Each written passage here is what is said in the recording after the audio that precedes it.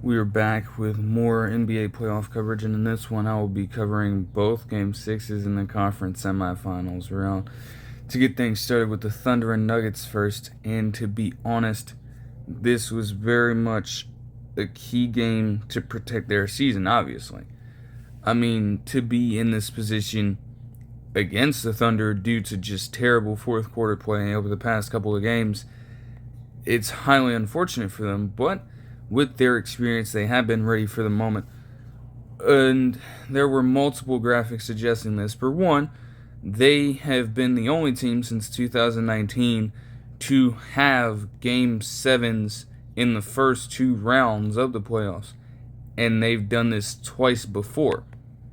So they always have gotten themselves in this kind of situation under this core. And also, Nikola Jokic, when it comes to his performances in elimination style games, he always rises to the occasion. So there was no doubt that he would certainly provide the squad with a good game. But let's look just to last year for a great example of this, where you have Jokic and Jamal Murray in reality going off for 30 plus points respectively, but nobody else on that roster did much of anything, and they got blown the hell out by the Timberwolves in Game 7 to lose the series and be eliminated from playoff contention after the second round.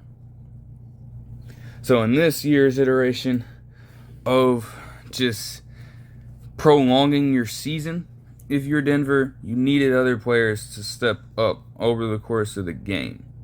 It couldn't just be the Jokic and Murray show. That would be way too predictable. Somebody else was going to have to take a little bit of the burden off. At least for the start, though, Jamal Murray would take it upon himself to completely just kill the game. I mean, the first quarter would see him put up 11 points and just make, tough shot after tough shot, while just steadying the pace for an offense that had been going toe-to-toe with the Thunder to open up the ball game, but eventually the Nuggets themselves would go on to a 20-12 run, largely fueled by Jamal Murray's contributions.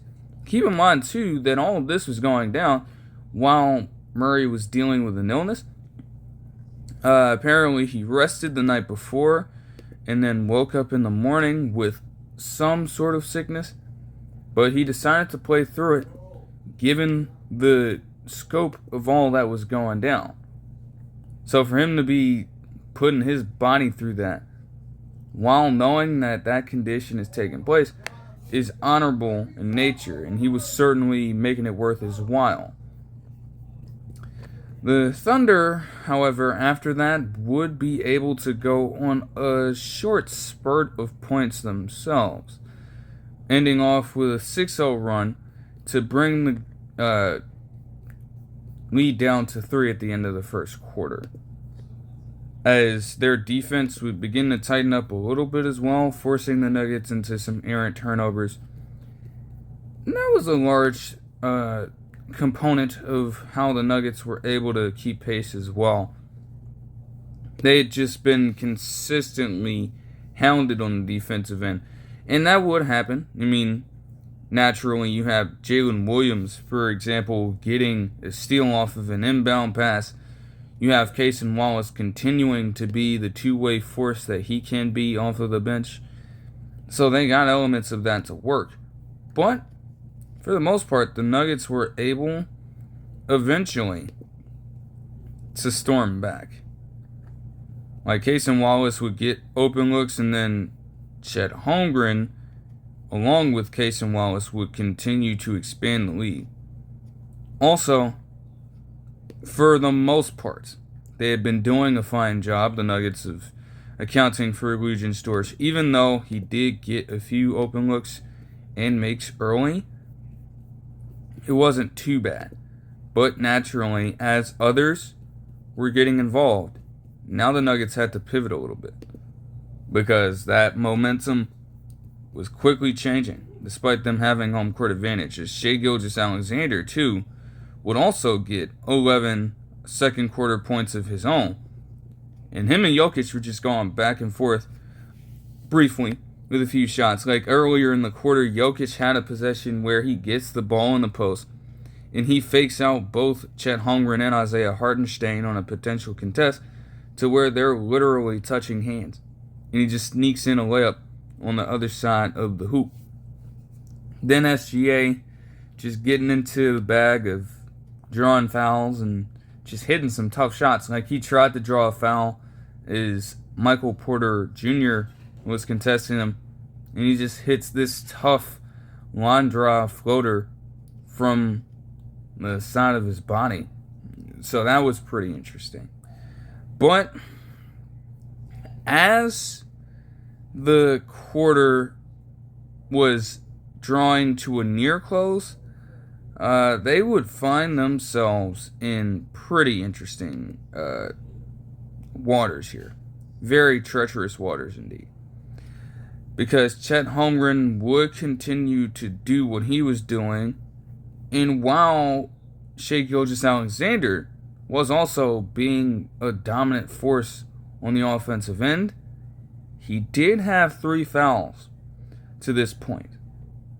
Now, obviously, 3 fouls in one half is not really a good thing.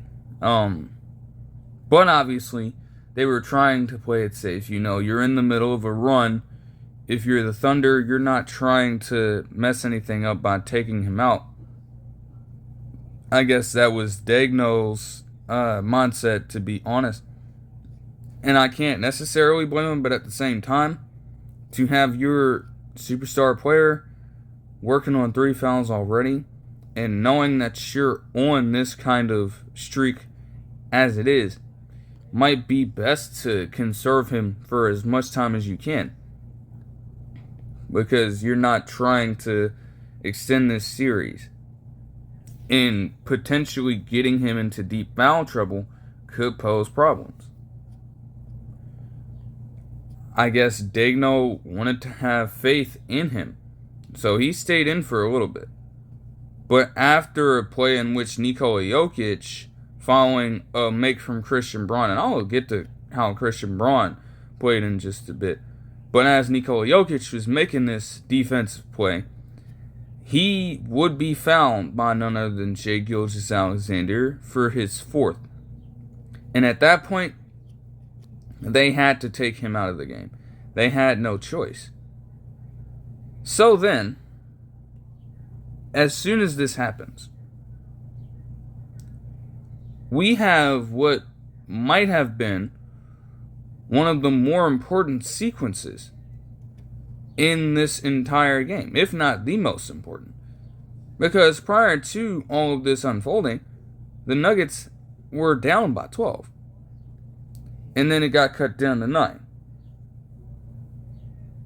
The Thunder had them exactly where they wanted them. And yet, with 4 fouls, he had no choice but to sit down. As soon as that happens, the Nuggets go on a 12-0 run. Completely turning the game around. You had Nikola Jokic just converting the first couple of free throws, and then Aaron Gordon and Jamal Murray were doing damage. Christian Braun continued to hit shots as well, and just be a good two-way force also. Because his play on defense, especially when it comes to hawking down rebounds, Aaron Gordon was doing okay in this game, but it wasn't really on par with how he'd been performing this postseason. And in his place to take up the brunt of those contributions came Christian Braun. Played an absolutely stellar ball game. And it would continue with that. Now that 12-0 run would be stopped briefly, halted, by Lucius Dort hitting a buzzer beater at the end of the quarter to give the Thunder a 3-point lead at halftime. And yet still, they were in deep trouble. Because that is just a grave momentum shift to undergo. Like, you go from having a manageable lead to just barely giving yourselves one, with the Nuggets riding high off of that run and trying to do as much as they can to keep it going. So in the third quarter, while Nikola Jokic would open up the scoring for the Nuggets, you would have Jamal Murray get right back into it, because Jamal Murray did go quiet in the second quarter when it came to scoring. But immediately, no matter what happened, he was doing as best as he could to make himself a presence in this ballgame. Just going right at it with Shai Gilgeous-Alexander the entire time. And Nikola Jokic as well, like, he did a fair amount of scoring here, but he didn't necessarily have to go ballistic, because again, he was doing a much better job of getting other players involved, and that is what the Nuggets were going to need if they wanted to win this game.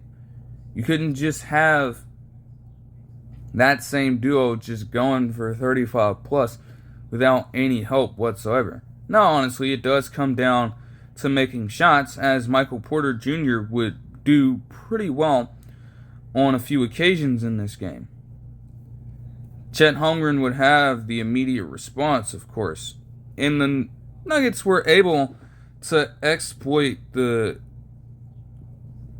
Thunder were able to exploit the Nuggets defense on a few occasions here, because Isaiah Hartenstein would get multiple just backdoor cuts into dunks for some reason over a 2-possession sequence.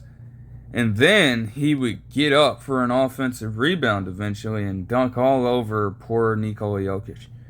There was honestly nothing he could do about those. However, the Nuggets were not done with getting their contributions from these players on the squad. Because obviously you had Christian Braun stepping up. You have Michael Porter Jr. hitting a few timely shots. Russell Westbrook would come into play when it came to aggressiveness and getting a few offensive boards that allowed the Nuggets to continue their streak. And obviously, Peyton Watson provides great defense as well. But as the score would get knotted up at 80 all, after Jokic and Shai Gilgeous-Alexander would get back-to-back buckets, there was another person who would have a tremendous effect on this game that honestly the Thunder couldn't have really anticipated.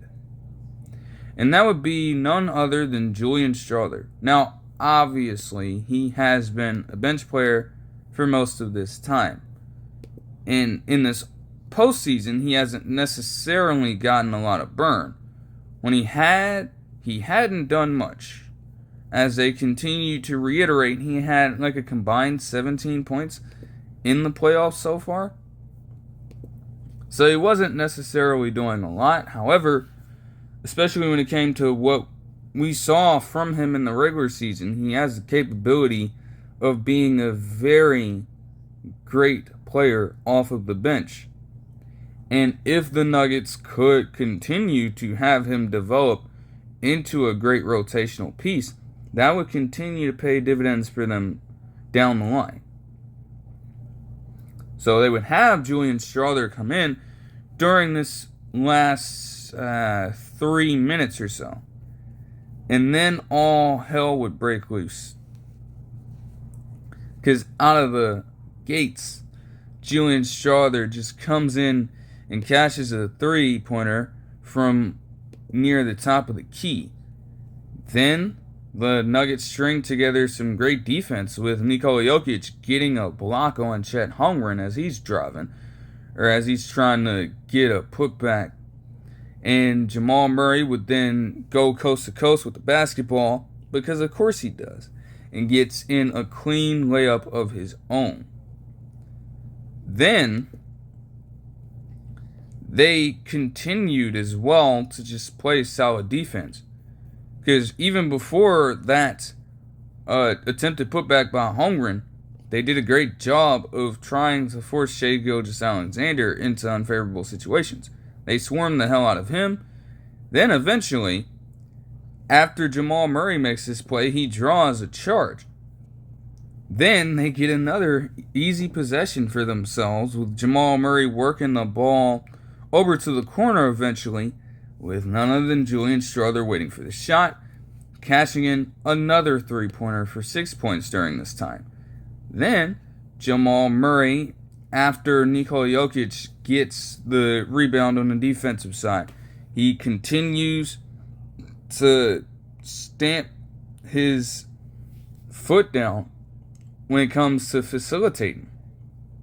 Because you get yet another assist to Julian Strawther, with this one being a sort of alley-oop, and Strawther having to just pirouette in the air and get a pretty solid layup off of the glass to push the lead up to 10 over the course of a 10-0 run at this point. And a run in which Julian Strawther would account for 8 of those points automatically. Shai Gilgeous-Alexander would break it with a couple of free throws. But the Thunder were staring down a barrel, given that. If you can have Strawther get shot out of a cannon like that, and then you just crumble on offense that badly. Speaking of their offense, again, they were able to exploit their defense a few times when it came to the Nuggets having open zones and being able to find solid cuts. But when it came to spacing, as this fourth quarter would continue to prove, the Thunder simply couldn't match. I mean, Jamal Murray would get one for them, and then Alex Caruso would contribute a couple layups before Russell Westbrook would come in and allow himself to help Julian Strawther after what would have been a pretty solid fast break opportunity after Peyton Watson blocked Jalen Williams on a layup attempt. He would get back down the court for this layup, and then Julian Strawther would continue to make his mark as he would get a couple of free throws. Shai Gilgeous-Alexander would do Shai Gilgeous-Alexander things before Nikola Jokic would get subbed back into the game. And again, that's another component of this. For a good portion of this time, Jokic wasn't in. He was able to sit down and take a rest.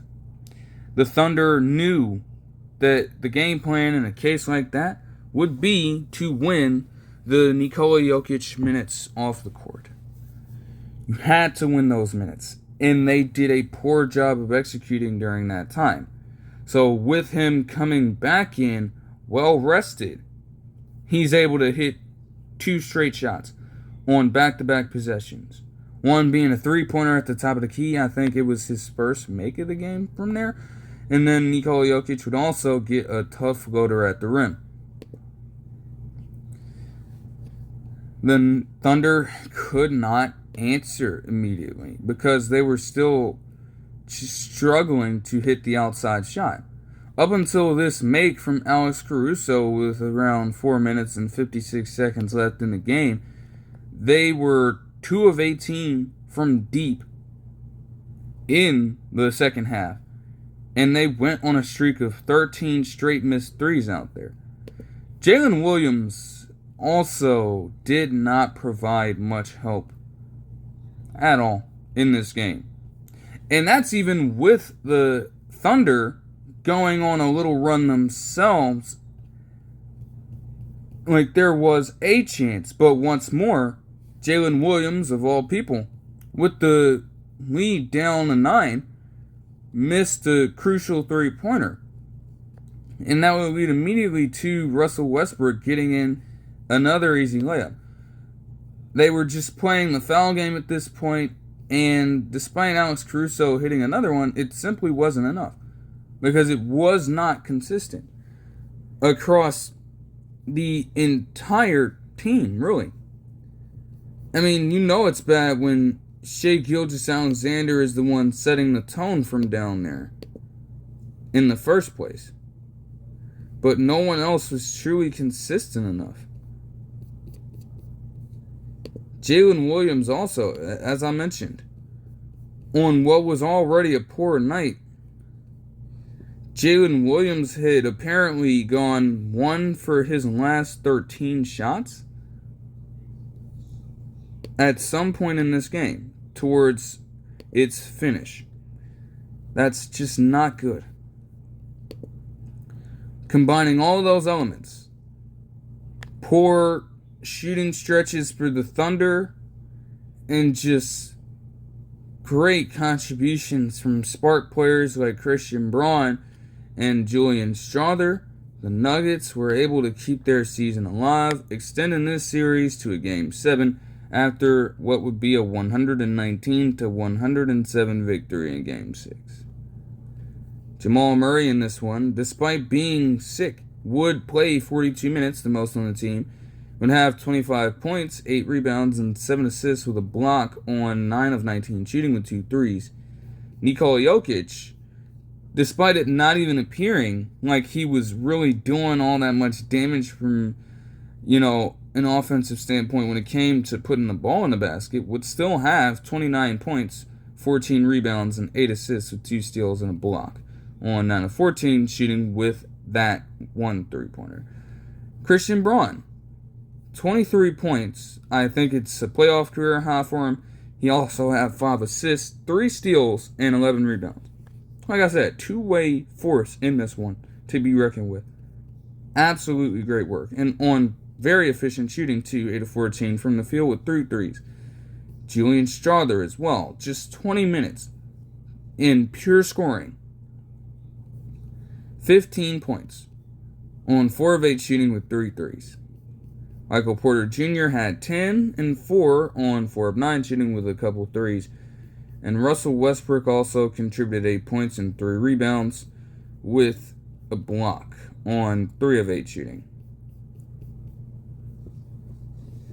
They give themselves a good stretch of momentum heading into the game, which will actually be played later on as of the recording of this video.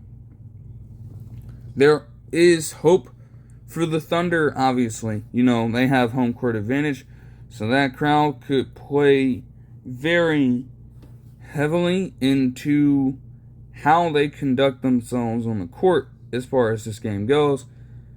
But it would be rash to say that they aren't coming into this kind of stumbling a little bit.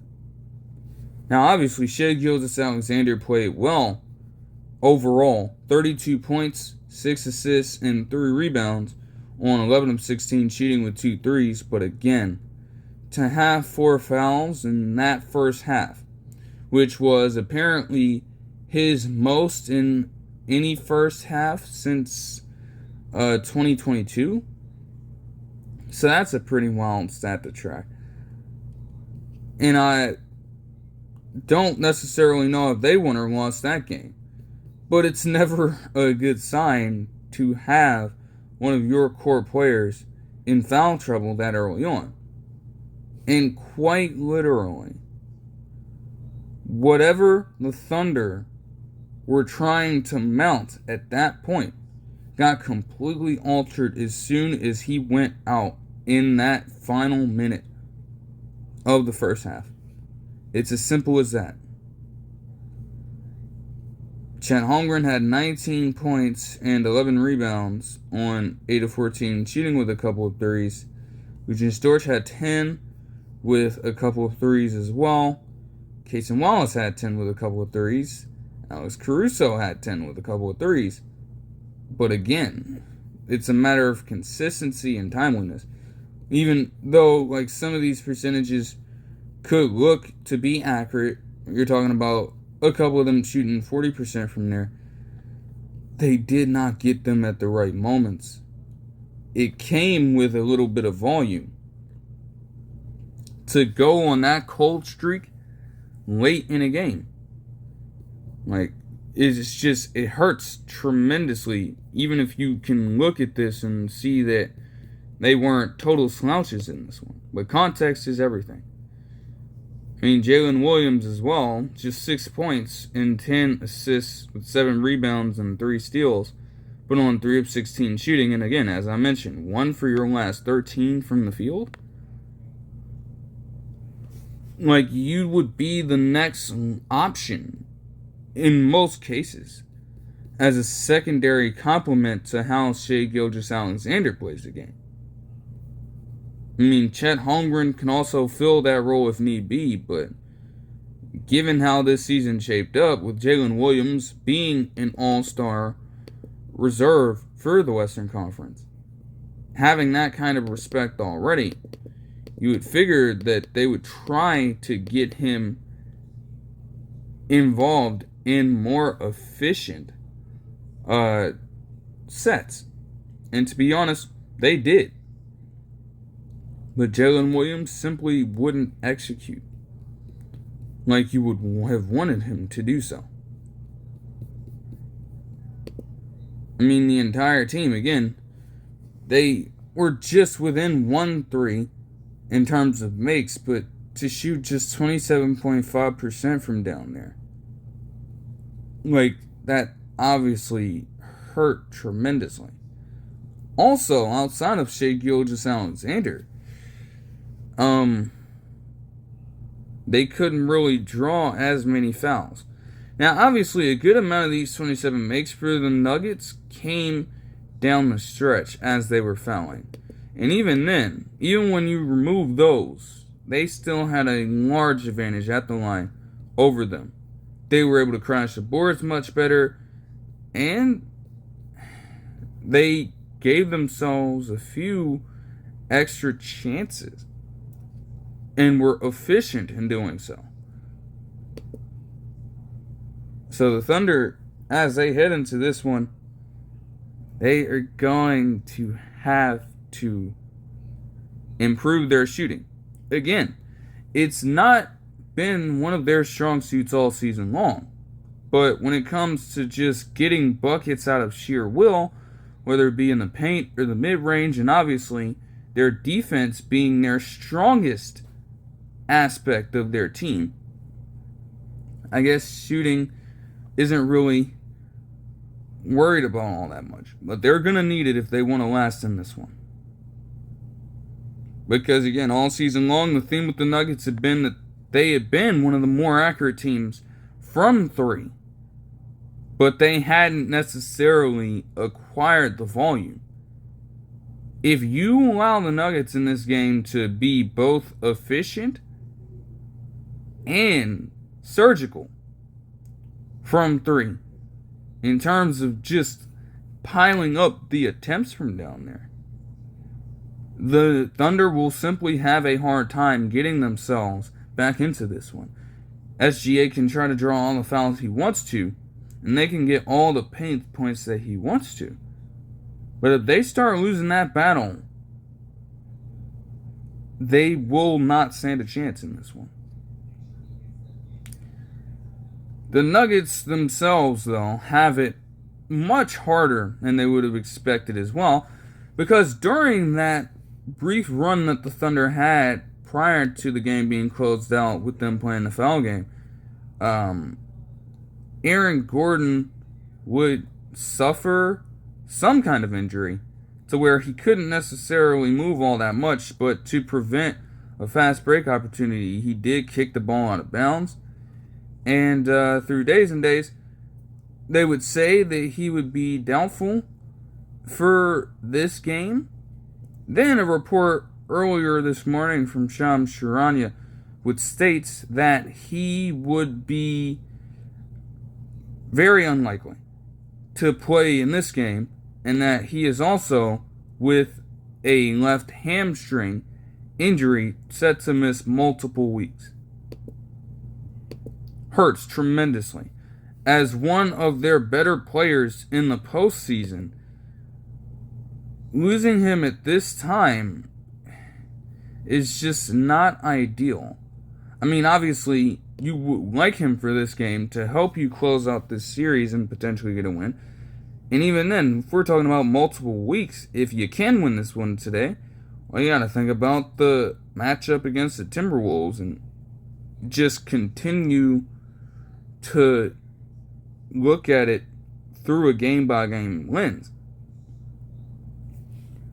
Because that just hurts tremendously, especially if they do move on to face off against the Timberwolves. Because I would trust Aaron Gordon tremendously against Julius Randle. I don't know if I would say that for anybody else on this roster. So that is very huge in that case. Also, when it comes to his contributions, which are career high contributions, almost across the board, when he has scored 20 points in this postseason, they are 5-0. He's had multiple game winners in his career in just the first 2 rounds of this playoff run after not having any game-winning basket in his career ever.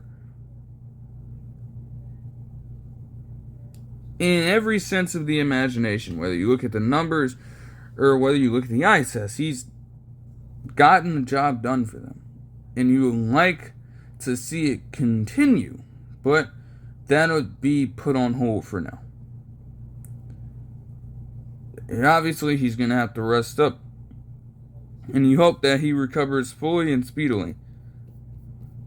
But that could be something that might slightly, ever so slightly, hurt the Nuggets.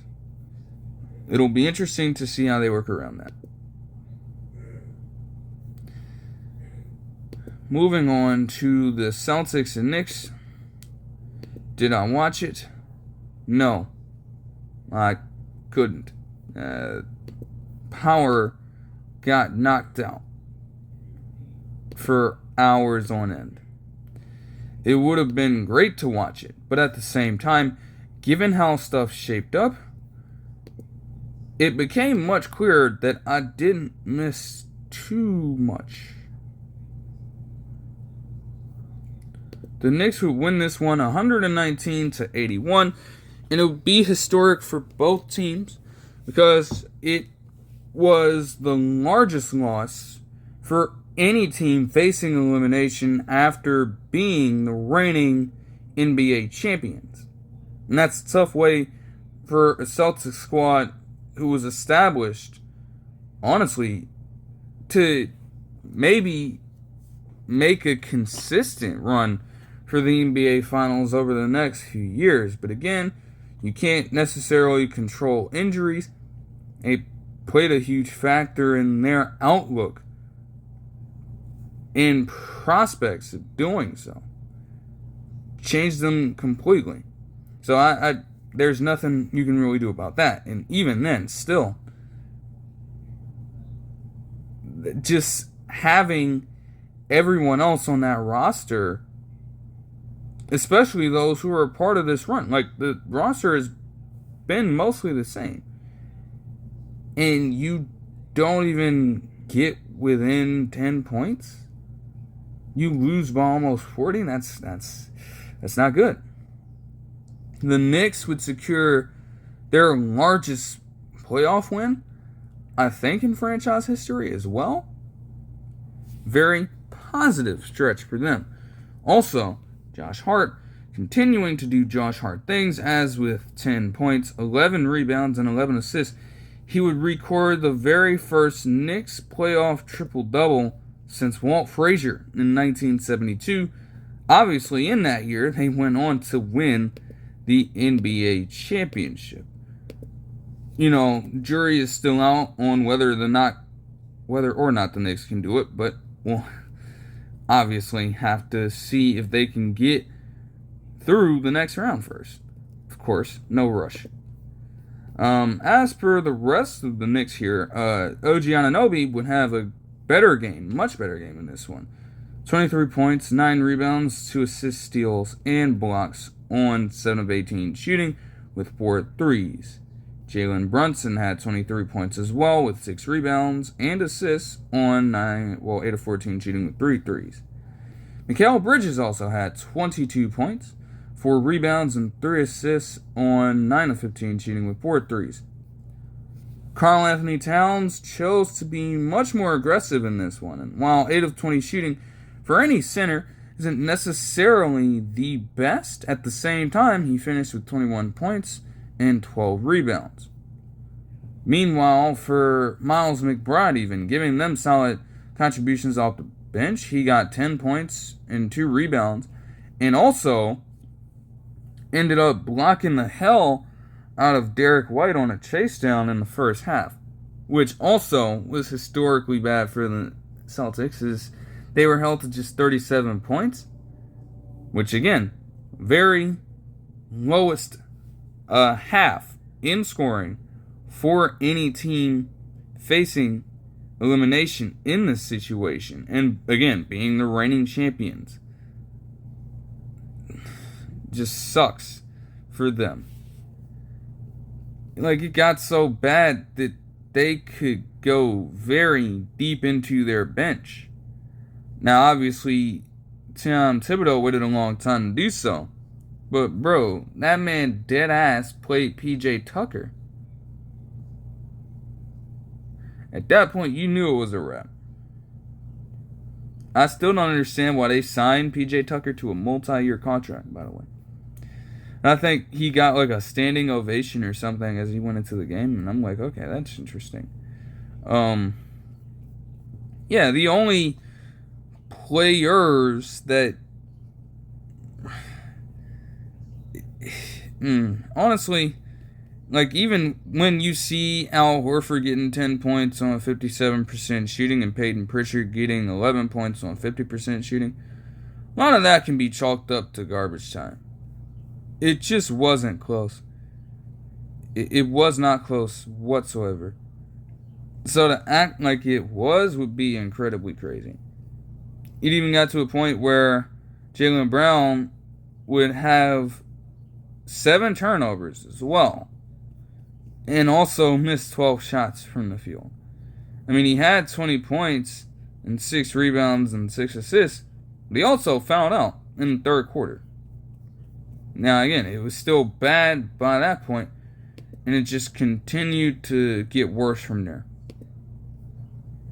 Because without Jaylen Brown, to believe that anyone else would be as capable of running that offense, that just would seem highly unlikely. It would get even rougher for both the Celtics and the Knicks after this game. And you're wondering, yeah, for a team that shot 36% from the field and 30% from deep, how could it possibly get worse for them?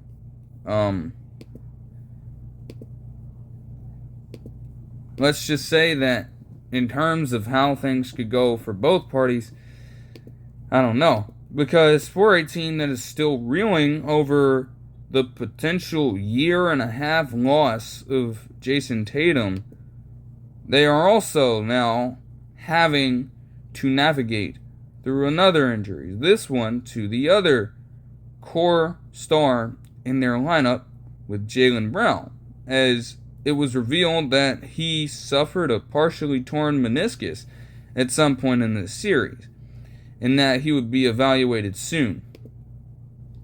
So I guess they're going to check on it and see how it is truly influencing his overall movement, and if there is a specific timetable that he will potentially be sitting out for, if necessary at all. Obviously, if it's partially torn, it could use some repair, but he might still be fine by a certain point in the offseason. Still, you never know.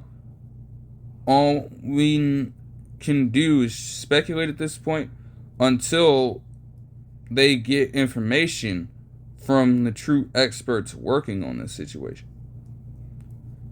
But that'll do it for this one. I hope you guys enjoyed the video, and I'll see you guys in the next one. Peace.